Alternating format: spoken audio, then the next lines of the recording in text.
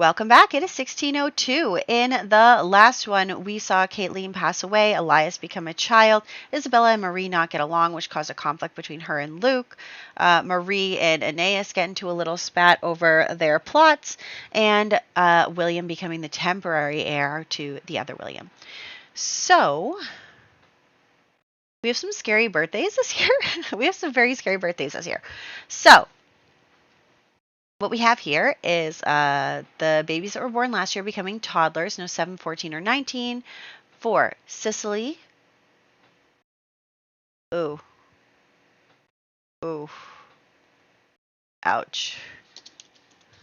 Awkward. Okay, Frederick.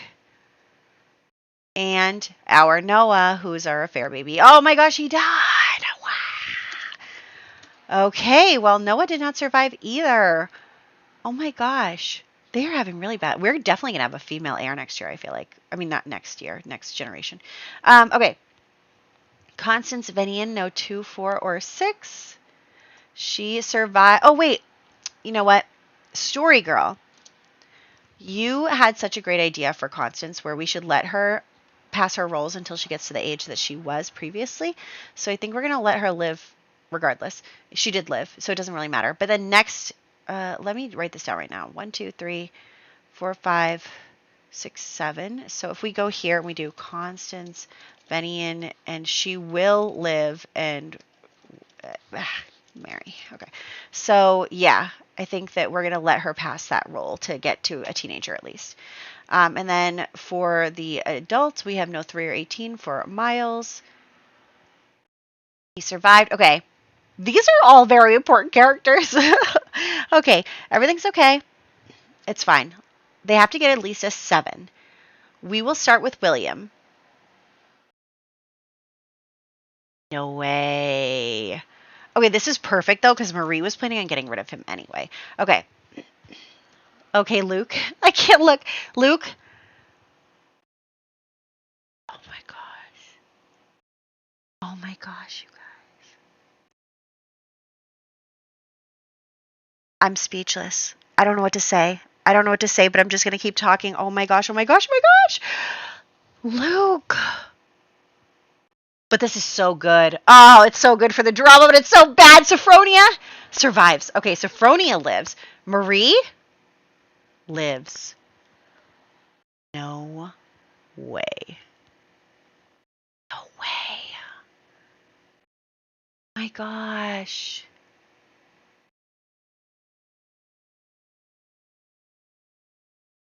Wow. Oh my gosh. Oh my gosh.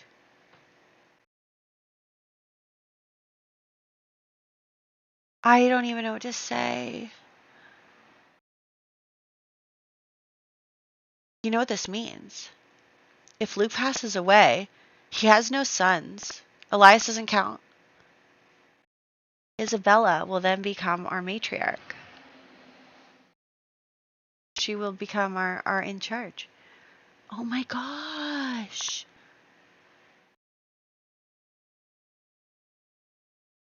Wow. Wow, wow, wow. Okay. Let's take a breath and see who else is having a birthday this year. Aeneas is becoming an elder. Should roll for his end of life roll. 12. Actually, yeah, it's fine. Equals. You guys, I can't even think straight. Okay. You know what? We'll have you hop into the game. For me, I need to take some time and actually think. So I'll see you in a second. Okay, so we have a lot to get through today. Let's start here in our household.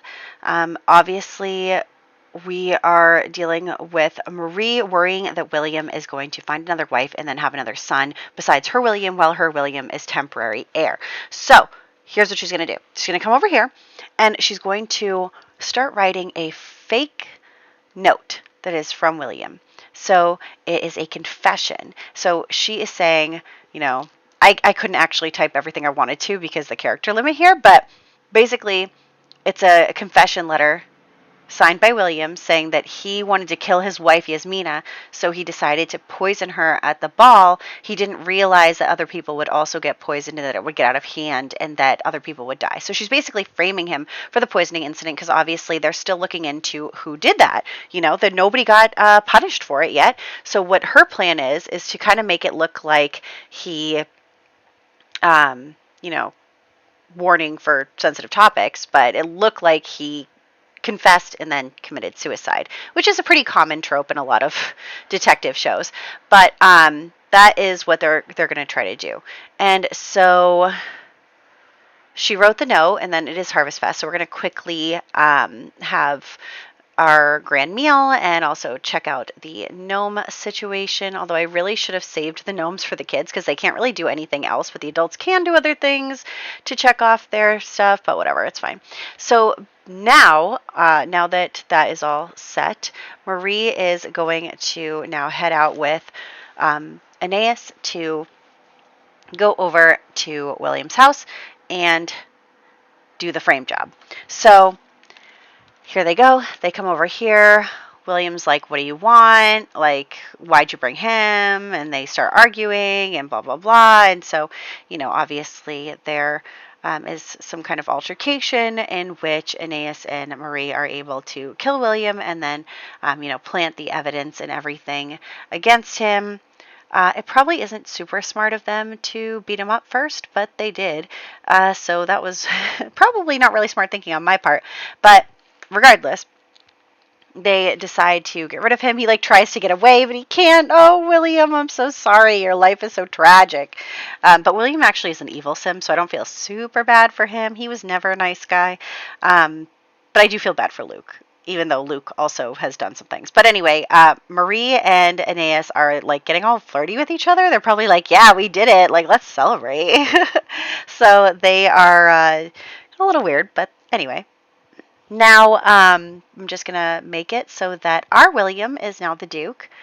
And then we do have a baby being born to the Dubois family. So Odalina is now the only baby there because unfortunately we're losing Cicely today. But another baby has been born. We get her pregnant again, and she's pregnant with a boy this time. So maybe they'll have an heir there. And yeah, so here we are. And again, for some reason, there's something weird going on in the game. Their death is glitchy now.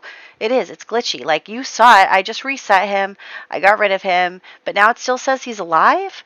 And I don't really understand that super well. We're just going to have to figure that out later.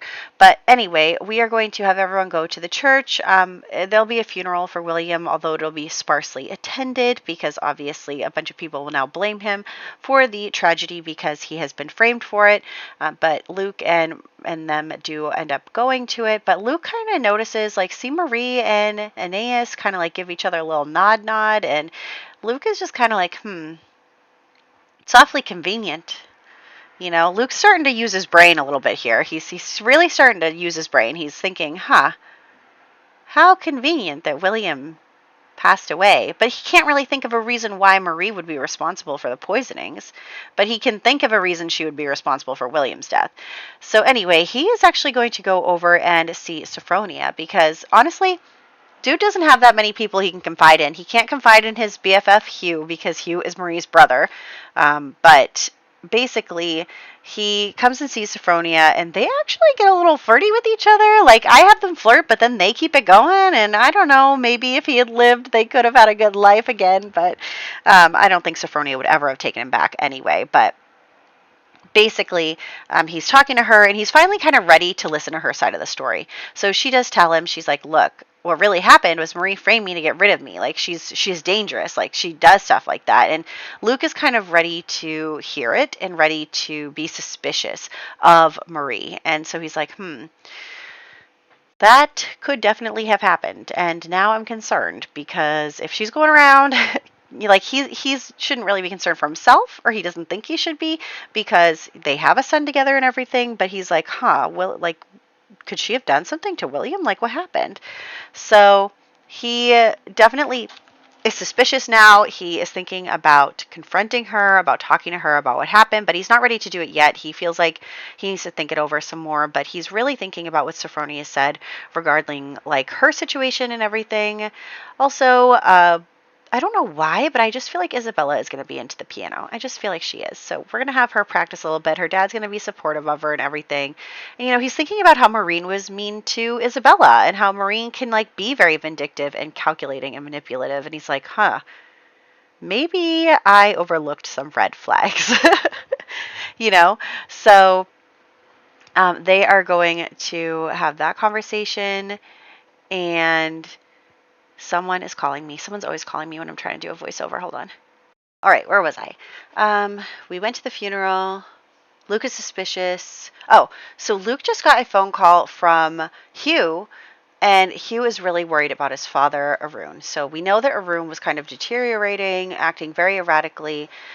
We know that that was a big problem for him, and he was just having some issues, and it ended up with him and Nick breaking up, and then also with them with Nick having like a heart attack and dying. So Luke comes over, and Aron basically tells Luke that his father has probably some form of Alzheimer's or dementia, um, which wasn't very understood back then, and he is really struggling, and he kind of is, especially since Nicholas died, that he's really been struggling. And so when he sees Luke, he thinks Luke is Nicholas. He like recognizes him as Nicholas, and he wants to, chat and catch up and all of this stuff. And he's definitely been, and then his son died. Like he's been through a lot, and he is not in a great place mentally. And so he was basically like, can you help, like, he's having a tough time, can you please just like, be kind to him and all that? Because obviously, even though these kids know that their dad can be a douche sometimes, like, it doesn't mean that they want anything to happen to him or want him to be in, suffering in any sort or anything like that. So Marie actually also came over when we did this. They're having like a kind of family meeting about Aron, and Luke promises to help out as best he can. I think that he does, even though he knows that Aron wasn't super kind to his sister, that he he still feels like it's his duty as Nicholas's son to make sure that he's at least taken care of. So meanwhile, we can't see Marie anymore, of course, but meanwhile, we get home, and Luke decides that he's finally going to confront Marie. He kind of starts asking these leading questions, trying to figure out what is going on, trying to accuse but not accuse her of killing William, and like what her motives could be and everything. And they basically start to argue with each other because she catches on pretty quickly. She's smart.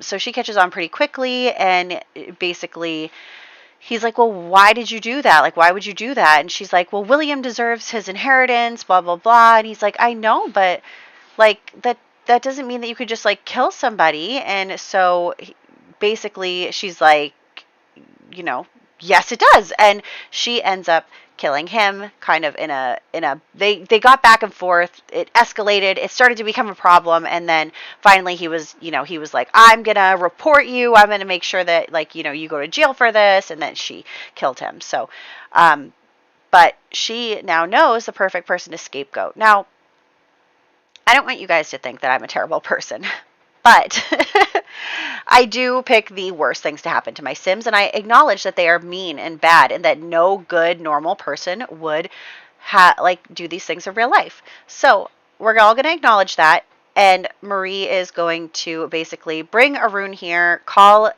Aeneas to kind of frame him for killing Nicholas. They make it look like he's gotten in a scuffle, or kill Luke. And Aron, of course, like I said, he thinks Luke is Nicholas, and basically he's like, oh no, like, like he has like flashbacks to when Nicholas died, and he's kind of reliving that moment. And he, I think he did blame himself a little bit for Nicholas's heart attack, because he was like part of the stress. And even though that's not really a fair thing to say, it's still something that he like felt inside of him. So of course he feels responsible. And so when, Aeneas kind of comes and pretends like he's like apprehending him and whatever, and so they bring him, to jail or whatever, and he basically confesses, because he's like, it's my fault. And even though like he's not talking about the same thing, but Marie is a horrible, horrible, horrible person.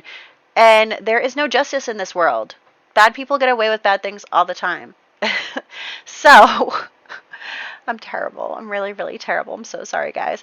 So anyway, of course, later on, Sophronia has heard about everything that happened, and she's super suspicious of Marie. So she's going to come. And basically, Marie's like, look, I'll make you a deal. You keep your mouth shut and don't cause me any problems. You can have this country house that I don't care about because it's not the main house. And you can have your daughter back. And we won't bother you. You can keep the money that she inherited. You can keep your pension as a widow, whatever. But you're going to keep your mouth shut, and we're not going to talk about this again. We're not going to interact again, and we're not going to have a problem. And if I don't have a problem, you don't have a problem. And Sophronia, honestly, she takes the deal. She wants her daughter back under her custody. She will then be okay. I mean, she's really not going to have enough money to survive very well, but they'll have enough to get by. And she's scared now. Like Marie and Aeneas, although she doesn't know Aeneas is involved, but like Marie and Aeneas have killed several people at this point. So she is scared, and she just wants to get her daughter back and be able to live her life semi-peacefully. And so they do agree to make a deal. And so what is going to happen is Marie is going to take ownership of the De Mohun house, and then I guess technically our main house back in Newcrest. And then she's going to take the other kids with her, and Isabella is going to stay with her mom here in the country house. So that is what's going on there. Isabella is our current matriarch. She's our heir. She's our everything. Hopefully she lives. Hopefully she lives. But yes, so she is all that. So what happens is, since Luke dies, technically Noah is his heir. So Noah becomes the Earl, but we know that Noah is dying this year. So what's going to happen is that Marie, right after Noah becomes the heir, immediately kind of legitimizes Elias and legitimizes him into the Larkin family and makes him the next heir. So when Noah passes away, then Elias does become the next Earl. So technically, it is still Luke's bloodline, but, he didn't know that for sure, so it was just kind of one of those things. So, anyway, that's what happened there. As you can see, for some reason, William is still alive here, even though we watched him die. I don't understand, but, yeah, so that's what happened. Lots of stuff. I'm not saying that Marie is totally off the hook. I'm just saying that for now, there's going to be some peace for them because things have gotten out of hand. But anyway, birthdays for this year. We have Cicely Dubois passing away, Frederick Hobart becoming a toddler, Noah Larkin passing away, Constance Fenian becoming a child, Miles Hobart II becoming a young adult, William de Mohun III and Luke Larkin passing away, and then Odelina Dubois becoming an infant. So those are all the birthdays that are happening this year. I thought about pleading for Luke, but I just feel like that this is a good story. Like Marie 100% would have killed him if he confronted her. There's no surprises there. So, I am actually really excited to kind of be going back to the good old days where we were in danger because we had 2 people, and but I'm excited about having a female matriarch and leader of the challenge. I'm excited about moving forward with her and seeing what Sophronia is going to do. I mean, Sophronia isn't going to have a man backing her. Her father's dead. She doesn't really have a lot of support, and therefore neither does Isabella. So it's definitely going to be a little bit of a tougher situation, at least at first, than they have had in the past. We've been very well connected for a while now. Ever since Mortimer, we've really been very well connected. So, it's going to be really interesting to kind of go back to a little bit more of a vulnerable place. So I'm excited about that, and I hope you guys are too. And I will catch you in the next one.